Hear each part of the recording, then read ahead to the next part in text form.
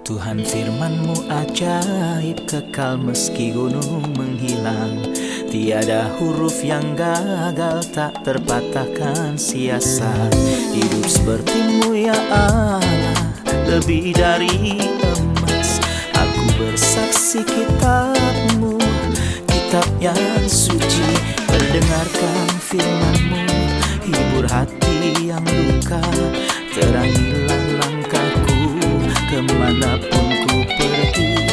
Biarkanlah firman-Mu berkuasa atasku. Ubahkanku, bebaskanku, ku mau menyenangkan-Mu.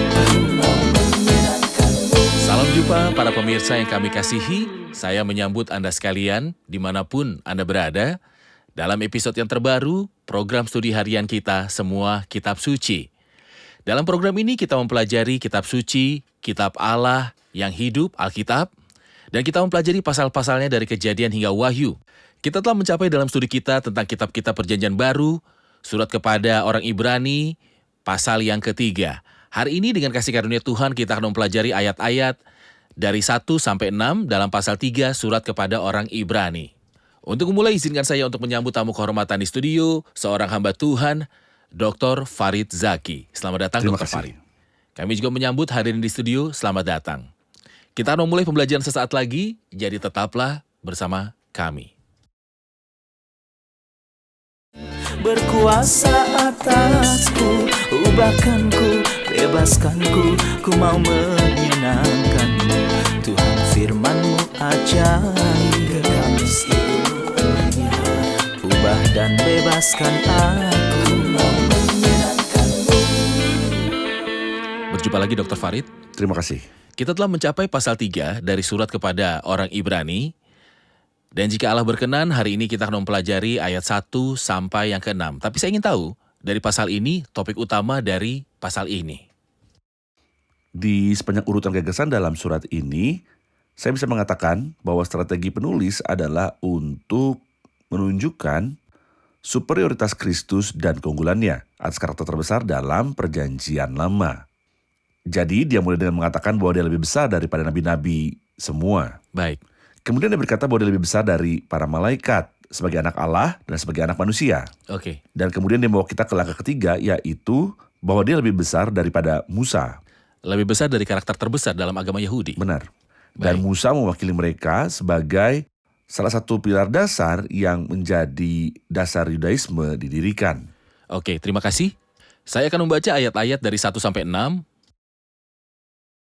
Sebab itu, hai saudara-saudara yang kudus, yang mendapat bagian dalam panggilan surgawi, pandanglah kepada Rasul dan Imam Besar yang kita akui, yaitu Yesus, yang setia kepada Dia yang telah menetapkannya, sebagaimana Musa pun setia dalam segenap rumahnya. Sebab ia dipandang layak mendapat kemuliaan lebih besar daripada Musa, sama seperti ahli bangunan lebih dihormati daripada rumah yang dibangunnya. Karena setiap rumah dibangun oleh seseorang, tetapi Dia yang membangun segala sesuatu adalah Allah. Dan Musa memang setia dalam segenap rumah Allah sebagai pelayan untuk memberi kesaksian tentang apa yang akan diberitakan kemudian. Tetapi Kristus setia sebagai anak yang mengepalai rumahnya. Dan rumahnya ialah kita, jika kita sampai kepada akhirnya teguh berpegang pada kepercayaan dan pengharapan yang kita megahkan. Itu adalah sebuah panggilan dan dia berkata dalam ayat 1, sebab itu hai saudara-saudara yang kudus yang mendapat bagian dalam panggilan sorgawi. Sebelum tahu arti yang mendapat bagian dalam panggilan sorgawi, saya ingin tahu tentang gelar kudus. Karena kita banyak mendengar bahwa orang itu disebut kudus setelah dia meninggalkan bumi dan meninggal dunia. Dan setelah jangka waktu tertentu diputuskan apakah dia akan berhak dianggap kudus ataupun tidak. Bagaimana kita bisa mendapatkan gelar kudus? Kita telah membahas di episode sebelumnya atau yang sebelumnya tentang ayat terkenal yang ada di pasal 2 ayat 11. Sebab ia yang menguduskan dan mereka yang dikuduskan, mereka semua berasal dari satu. Dan kami telah mengatakan bahwa arti dari kata pengudusan adalah dedikasi.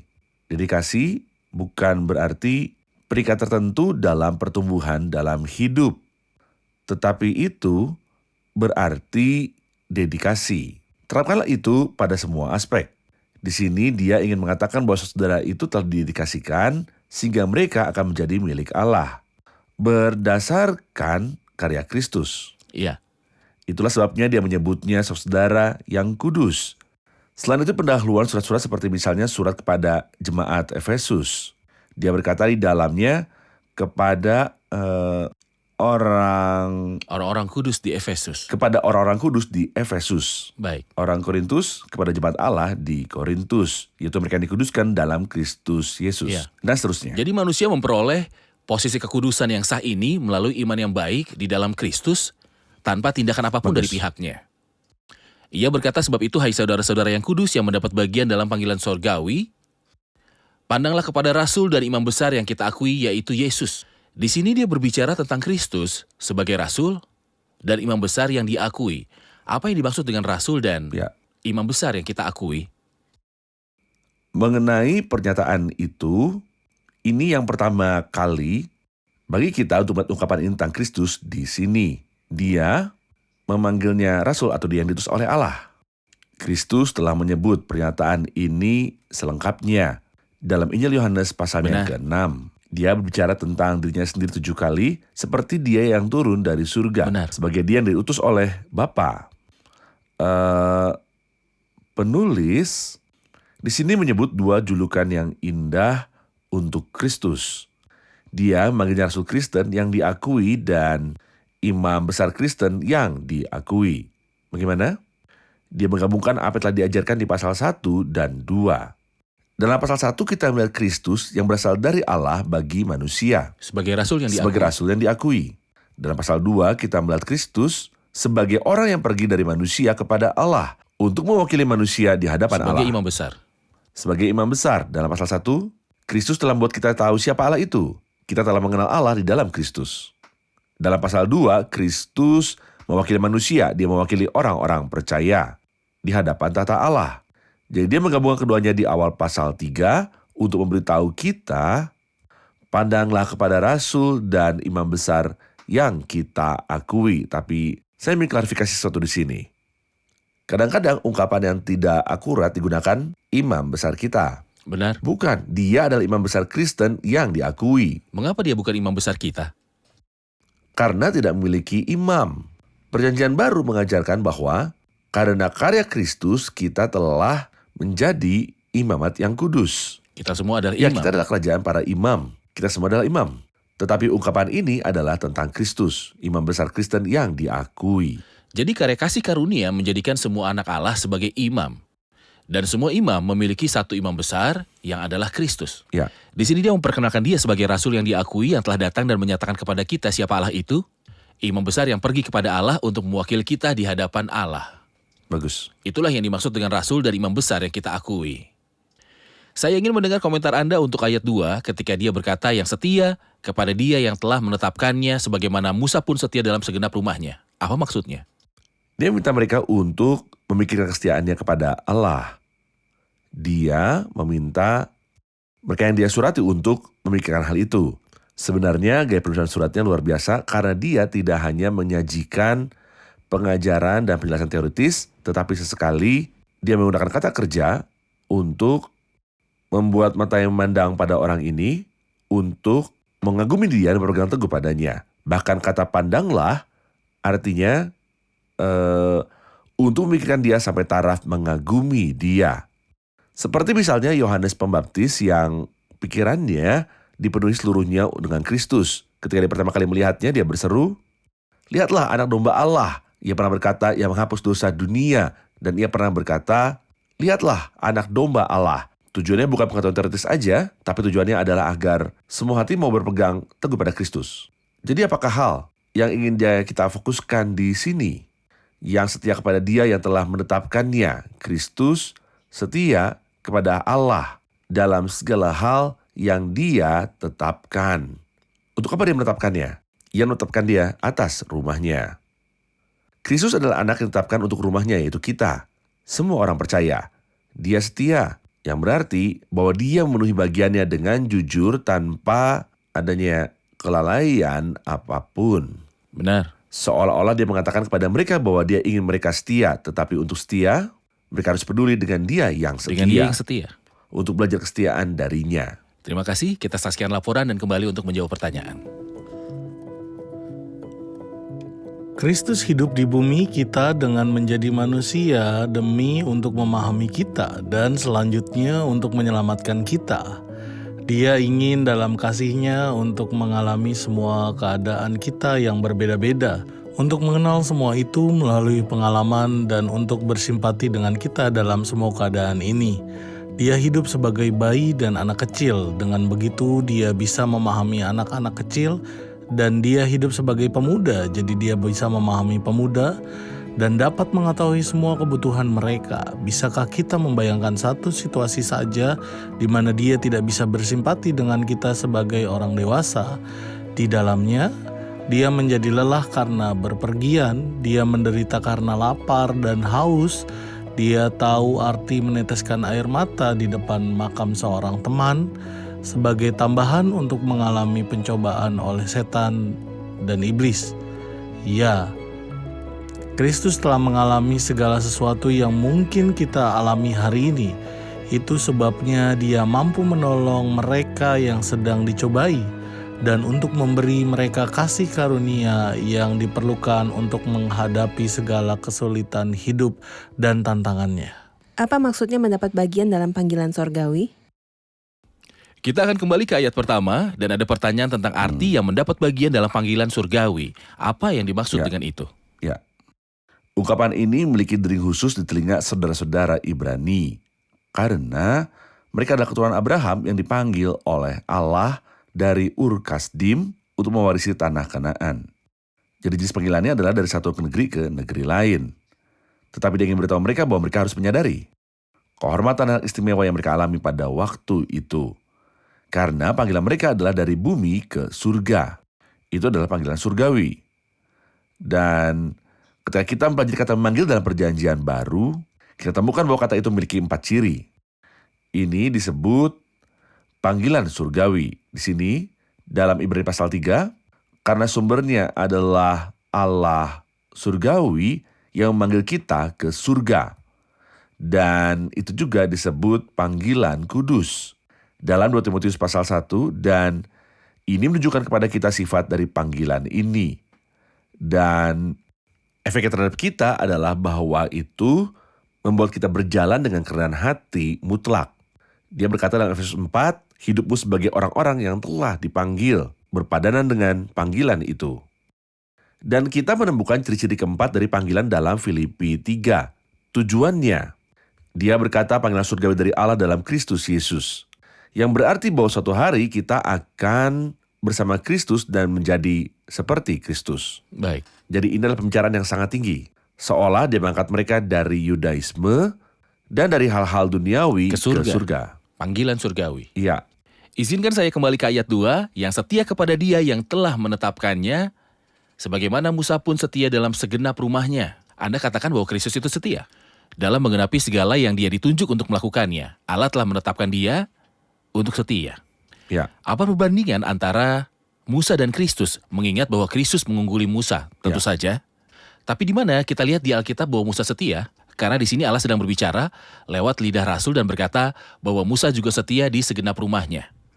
Musa mungkin satu-satunya di Perjanjian Lama yang tentangnya Allah sendiri bersaksi dan mengatakan bahwa dia setia. Dalam kitab Bilangan pasal 12 ada cerita yang dikenal ketika Miriam dan Harun berbicara menentang Musa karena cemburu untuknya atau kepadanya maksud saya.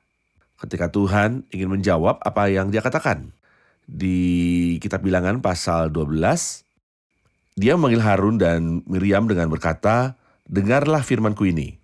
Jika di antara kamu ada seorang nabi, maka aku Tuhan menyatakan diriku kepadanya dalam penglihatan. Aku sedang bicara dengan dia dalam mimpi. Bukan demikian, hambaku Musa, seorang yang setia dalam segenap rumahku. Jelas bahwa Musa adalah karakter yang terhormat. Karena Allah mengatakan tentang dia bahwa dia setia di rumah Allah. Dan rumah Allah dalam Perjanjian Lama adalah kemah pertemuan, di mana dia dulu biasa tinggal. Pria ini setia, dan juga dari sudut pandang tertentu, orang-orang Israel dianggap sebagai rumah Allah dalam Perjanjian Lama, karena sebelumnya dia bisa tinggal di antara umat itu. Jadi Musa setia di kemah dan setia dalam melaksanakan semua tugasnya bagi bangsa Israel, umat Allah dalam perjanjian lama. Tentu saja ada banyak pembicaraan mengenai pelayanan Musa. Dan Banyak. itu mungkin menghabiskan waktu kita, tetapi kita berbicara tentang keunggulan Kristus dalam kesetiaannya atas Ya. Musa. Tapi saya ingin Anda menyimpulkan sebuah pelajaran praktis bagi kami atau setiap orang yang akan melayani Tuhan. Musa setia saat ditetapkan Allah untuk melayani. Apa yang Allah inginkan dari para hambanya saat melayani Tuhan? Evaluasi di surga di hadapan tata Kristus pada waktu mengevaluasi pelayanan kita akan berbasis pada kesetiaan. Ya. Dan Paulus berkata, demikianlah hendaknya orang memandang kami sebagai hamba-hamba Kristus, yang padanya dipercayakan rahasia Allah. Yang akhirnya tutup dari pelayan-pelayanan demikian ialah yang artinya bahwa pelayan akan diuji, bahwa mereka ternyata dapat dipercayai. Dan saya ingat bahwa dalam perumpamaan yang dikatakan oleh Kristus, dia selalu fokus pada baik sekali. Baik, hai hambaku yang setia. Benar. Lalu siapakah hamba yang setia dan bijak? Kesetiaan sangat penting. Semoga Tuhan menolong kita karena kesetiaan juga tidak dapat dilihat oleh orang-orang, tapi Allah melihat kesetiaan. Orang dapat melihat aktivitas eksternal, tapi Allah melihat kesetiaan dan melihat motif-motifnya. Dia melihat energi yang dikerahkan dan usaha yang dikerahkan. Dia adalah Allah. Dan dia mengevaluasi kesetiaan itu sangat berharga. Jadi Anda mengatakan bahwa aktivitas bukanlah ukuran untuk pelayanan yang diterima di mata Allah. Secara Alkitab, kesetiaan Kesetiaan. adalah ukuran untuk menerima pelayanan. Dia berkata dalam ayat 3, sebab ia dipandang layak mendapat kemuliaan lebih besar daripada Musa, sama seperti ahli bangunan lebih dihormati daripada rumah yang dibangunnya. Apa yang Anda lihat dalam kata-kata ini? Sebab ia dipandang layak mendapat kemuliaan lebih besar daripada Musa.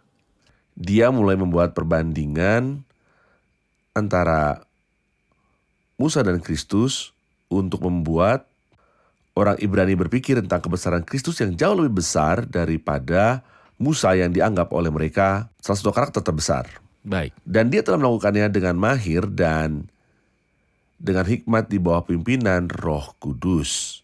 Saya melihat saudara ayat bahwa dia membuat 5 butir perbandingan di sini dan saya akan menyebutnya. Silakan. Musa ditugaskan untuk membangun rumah atau kemah yang merupakan simbol seluruh alam semesta. Tapi itu adalah kemah Iya. terbuat dari kain dan logam. Kristus adalah pribadi yang membangun seluruh alam semesta. Di dalam dialah yang telah diciptakan segala sesuatu. Kedua lingkaran pelayanan Musa ada satu bangsa saja, yaitu bangsa Israel. Sementara lingkaran Kristus mengerjakan pekerjaannya sebagai pencipta, pelindung, dan yang mengelola bukan suatu bangsa, tetapi semua bangsa dan bahasa. Dikatakan tentang Kristus dalam Kolose pertama, segala sesuatu ada dalam dia, Iya. entah ciptaan yang kasar atau manusia. Dan ketiga adalah mengatakan tentang dia di sini, Musa, seorang hamba. Kata ini sangat bagus, tentu saja luar biasa bagi semua orang yang melayani sebagai seorang hamba. Tetapi Kristus Sebagai seorang anak. sebagai seorang anak. Hal lainnya, Kristus adalah seorang anak, perantara, hakim, imam besar, dan raja. Kristus menumpuk semua hal ini dalam pribadinya. Yang harus dilakukan Musa hanyalah menjadi seorang hamba. Memang benar bahwa dia adalah perantara perjanjian lama, tetapi Kristus jauh lebih besar. Kelima, waktu Musa mengatakan kepada Allah untuk menghapusnya dari kitab Allah dan menyelamatkan umat itu, dia siap mati bagi bangsa Israel. Kristus melakukan lebih dari itu. Kristus menyerahkan dirinya sebagai tebusan bagi semua manusia. Kristus mati bagi orang-orang berdosa, lalu dia dibangkitkan. Dan ini menunjukkan kepada kita bahwa Kristus jauh lebih unggul daripada Musa. Dia melanjutkan pembicaraan ini dan berkata dalam ayat 5, dan Musa memang setia dalam segenap rumah Allah sebagai pelayan untuk memberi kesaksian tentang apa yang akan diberitakan kemudian.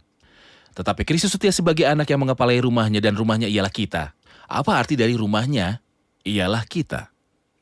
Itu berarti bahwa rumah Kristus sekarang, rumah Allah sekarang adalah orang-orang percaya. Sebagai batu hidup. Sebagai batu hidup. Terima kasih, kita akan menerima pertanyaan hadirin. Silakan. Dalam ayat 6, ia berkata, tetapi Kristus setia sebagai anak yang mengepalai rumahnya dan rumahnya ialah kita. Jika kita berpegang pada kepercayaan dan pengharapan, apakah berpegang teguh pada pengharapan adalah alasan karena berasal dari rumahnya? Apakah itu syarat? Jika kita teguh berpegang pada pengharapan yang kita megahkan. Ada dua ide, Silakan. saya akan mengatakannya kepada saudara Yat. Sebagai komentar saat ini membuat banyak orang berpikir bahwa mereka mungkin kehilangan keselamatan Iya. mereka. Iya, Jika mereka tidak terus berpegang teguh, seakan keselamatan bergantung pada satu megangnya erat-erat. Tidak. Tetapi mari kita lihat seluruh kitab suci. Keberlangsungan dan kemantapan dalam iman dan dalam jalan-jalan Kristus adalah bukti terkuat dari kebenaran iman. benar. Sejauh yang kitab suci katakan dalam Yohanes 8, setelah Yesus mengatakan semuanya itu, banyak orang percaya kepadanya. Dia segera menempatkan sebuah tes di depan mereka. Apa yang dia katakan? Maka katanya kepada orang Yahudi yang percaya kepadanya, meskipun Yohanes mengatakan bahwa mereka orang percaya. Tapi dia mengatakan sebuah syarat. Jika engkau tinggal dalam firman-Ku, kamu benar-benar murid-muridku. Dan kata tinggal berarti terus patuh kepada perkataan Kristus. Sebuah bukti bahwa mereka adalah murid-muridnya. Ya, sebenarnya tampaknya orang-orang itu segera mengagumi Kristus, tapi tanpa pertobatan dan iman. Karena setelah itu, dia berkata kepada mereka, dan kamu akan mengetahui kebenaran, dan kebenaran itu akan memerdekakan kamu. Mereka mengatakan kepadanya bahwa mereka tidak pernah menjadi budak siapapun, dan kesombongan pun muncul. Dan di akhir kisahnya, mereka mengambil batu untuk dilemparkan ke arah dia. Jadi ketika kita melayani tempat tertentu, dan menemukan banyak orang yang mengatakan bahwa mereka telah menerima Injil dan bahwa mereka mengagumi khotbah atau pesannya, kita tidak bisa menilai kebenaran iman mereka sampai setelah berbulan-bulan atau 1 tahun atau lebih. Kita menemukan bahwa orang-orang ini terus lanjut untuk mencintai kitab suci dan pertemuan-pertemuan dan orang-orang percaya dan bahwa mereka menjauh dari dosa dan kejahatan. Karena jika seorang mulai melakukan ini selama 1 atau 2 bulan dan kemudian kembali, kita tidak boleh mengatakan bahwa dia adalah orang percaya dan telah kehilangan keselamatannya. Tidak, dia tidak mengambil apapun sejak Benar. awal. Itulah arti yang pertama. Gagasan kedua yang saya lihat dalam ayat ini adalah bahwa gaya bersyarat ini yang hadir dalam kata jika. Hadir dalam surat-surat di mana pembicara berbicara kepada 2 tim, tidak 1 tim.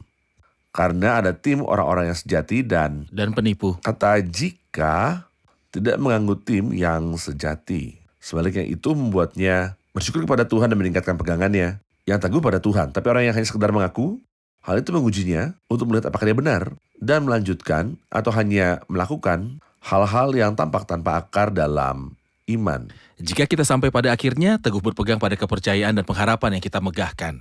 Ya, Mohon komentar tentang kepercayaan dan pengharapan yang kita megahkan. pengharapan di dalam kitab Ibrani adalah Kristus surgawi dalam kemuliaan. Dia adalah pengharapan orang percaya.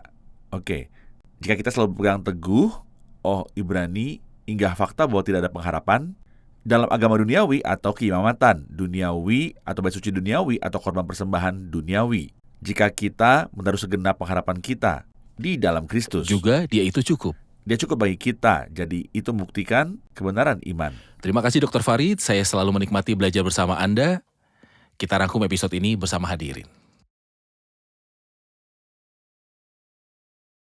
Berkuasa atasku, ubahkanku, bebaskanku, ku mau menyenangkanmu. Tuhan firman-Mu ajaib, kami seluruhnya. Ubah dan bebaskan aku, mau menyenangkanmu. Halo semua. Ia mulai dengan berkata, sebab itu hai saudara-saudara yang kudus yang mendapat bagian dalam panggilan surgawi, pandanglah kepada rasul dan imam besar yang kita akui yaitu Yesus. Apa yang dimaksud dengan yang mendapat bagian dalam panggilan surgawi? Ungkapan ini sangat penting bagi orang Ibrani karena panggilan Abraham dari satu negeri ke negeri lain. Jadi ia menunjukkan kepada mereka perbedaan dan hak istimewa karena panggilan kita dari bumi ke surga dan sumbernya adalah Allah. Bagus, sumbernya adalah Allah surgawi, dan akhirnya adalah surga dan kemuliaan. Itu Bagaimana benar, Dr. Farid? tapi saya ingin menambahkan 2 ide lain. Ini disebut panggilan kudus karena mendedikasikan kita kepada Allah. Dan tujuannya adalah untuk membuat kita mencapai Kristus. Jadi itu disebut panggilan surgawi Panggilan dari Allah, surgawi yang dari Kristus Allah. Yesus. Baik, terima kasih. Dikatakan juga tentang Kristus bahwa dia adalah rasul yang kita akui dan imam besar. Pandanglah kepada rasul dan imam besar yang kita akui. Apa yang dimaksud dengan bahwa Kristus adalah rasul dan imam besar yang kita akui? Rasul yang kita akui adalah Kristus yang datang dari Allah untuk berbicara kepada kita tentang Allah dan memberitahu siapa Allah itu. Tapi imam besar adalah Kristus yang datang, mati, dan dibangkitkan untuk mewakili kita di hadapan Allah. Bagus. Sempurna. Bagaimana Dr. Farid? Baik. Bagus. Terima kasih, Tuhan memberkati. Terima kasih Dr. Farid, Tuhan Terima memberkati. kasih. Pemirsa terkasih, Roh Kudus telah memanggil orang-orang percaya lewat lidah penulis, saudara-saudara yang kudus yang mendapat bagian dalam panggilan sorgawi. Saudara-saudara yang kudus, setiap anak-anak Allah memiliki gelar ini, kudus di dalam Kristus. Bagi Anda yang mencari kekudusan selain dari Kristus, tidak ada kekudusan kecuali di dalam Kristus. Anda yang mencari untuk diterima di hadapan Allah, tidak ada penerimaan kecuali melalui Kristus. Saudara-saudara yang kudus yang mendapat bagian dalam panggilan surgawi. Kita telah belajar dalam episode hari ini bahwa panggilan itu surgawi karena berasal dari surga. Dan orang yang memanggil kita adalah Allah surgawi. Dan itu adalah panggilan surgawi. Dan itu menuntun kepada kemuliaan, ke surga. Saya ingin memberitahu Anda bahwa itu adalah panggilan yang paling tinggi, yang akan membawamu ke tempat yang paling tinggi. Apa pendapat Anda tentang menerima panggilan ini? Menerima Kristus? Menerima Allah yang memanggil Anda? Atau apakah Anda masih memusuhi Kristus? Anda katakan bagaimana saya membenci Kristus? Saya katakan, ketika Anda melihat bahwa Anda lebih baik di hadapan Allah, mengevaluasi diri Anda sebagai orang yang baik di hadapan Allah, dan menjadi cukup dengan kebenaran diri sendiri dengan perbuatan-perbuatan baik di hadapan Allah. Itu berarti Anda tidak menginginkan Kristus dan panggilannya. Anda tidak menginginkan karyanya di kayu salib. Rendahkanlah dirimu di hadapan Allah dan terimalah karya Kristus, dan Anda akan mendapat bagian dalam panggilan surgawi. Sampai jumpa di episode selanjutnya, kiranya Tuhan besertamu.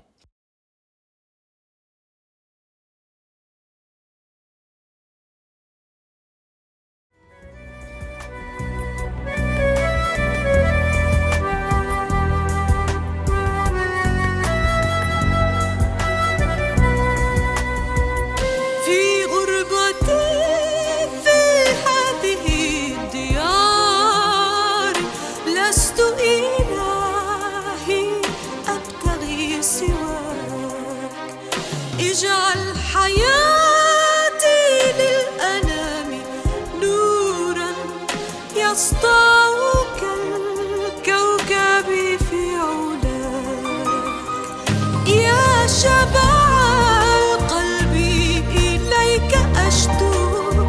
محللا حياة في رضاك ما أروع اللقاء بك حيث طول المدى سأحيا في سماك في سماك.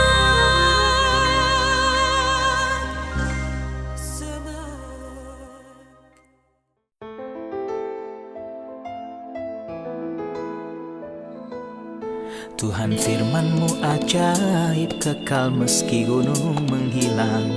Tiada huruf yang gagal, tak terpatahkan siasat. Hidup seperti-Mu ya Allah, lebih dari emas. Aku bersaksi kitab-Mu, kitab yang suci. Mendengarkan firman-Mu, hibur hati yang luka. Terangilah langkahku kemanapun ku pergi. Biarkanlah firman-Mu berkuasa atasku. Ubahkanku, bebaskanku, ku mau menyenangkan-Mu. Tuhan firman-Mu ajaib, kekal meski ubah dan bebaskan aku.